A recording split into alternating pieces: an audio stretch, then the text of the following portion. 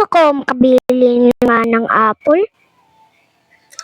Kasi nagkikrave ako ng apple, mga prutas. Kailangan talaga grab todo talaga yung mga prutas ngayon. Baka kasi ma-dehydrated tayo.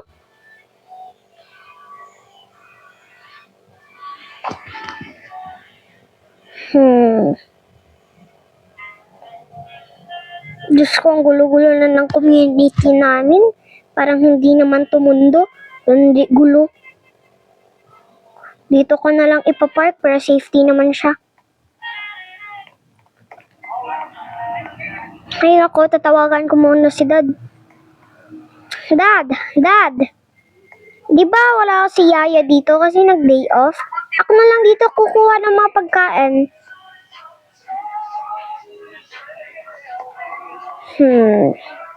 Ito na nga lang.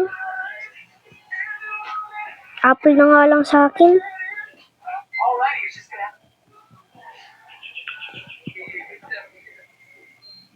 Ay, naku. Okay na siguro.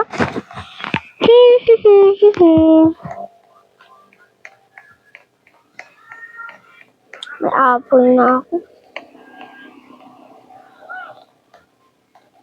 Ay, oo nga pala. Mag-walking na lang ako. Mag-walking na lang siguro ako. Na-flat kasi yung mga motor. Nako, so talagang mga flat ngayon. Pero scam lang pala. Magbe-build na rin pala ako ng mga secret door na yan. Kaya, nag-iba ang isip ko. Wag na lang. Mahirap yun eh.